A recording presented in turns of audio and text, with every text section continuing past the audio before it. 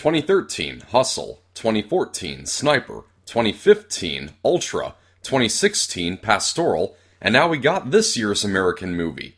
The first of them, American Assassin, stars Dylan O'Brien as a young man by the name of Mitch Rapp, who is gearing himself up to counter terrorist forces after an attack took the life of his fiancée.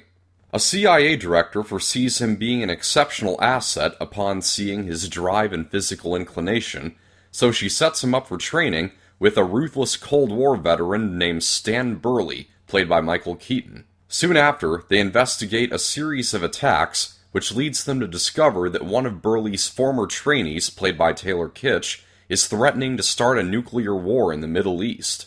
If it sounds like a mostly basic shoot-'em-up action thriller, that's because it is pretty generic in its writing and structure. It skims interesting territory when we learn the motivations of Taylor Kitsch's character, but otherwise it's void of depth.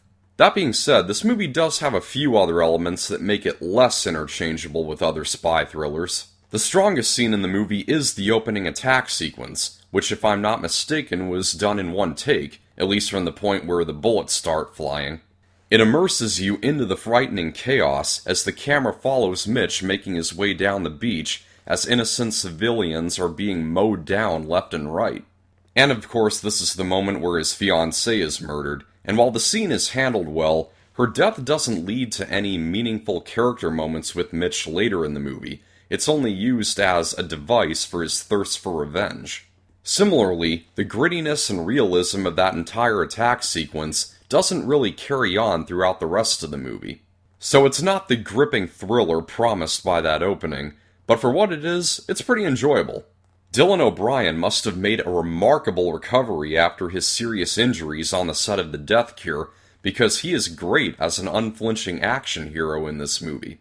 I liked Michael Keaton as the witty leader, Stan Burley, but I really didn't care for Sana Lathan, if I'm saying her name right, as the CIA director who sees Mitch's potential. Not that her acting is bad per se, but she's given so little to do, she just shows up once in a while to try and convince Burley of what a godsend Mitch is. The action sequences are really well shot, especially the hand-to-hand combat. Even the sparring scenes early in the film are great. Plus, there's one very cool special effects shot near the end. There's also a pretty amusing fight between two people inside of a running speedboat, and they keep getting knocked off track every time a wave tosses the boat up. The problem is that when they start pinning each other to the ground and their dialogue gets personal, the bouncing of the waves just stops.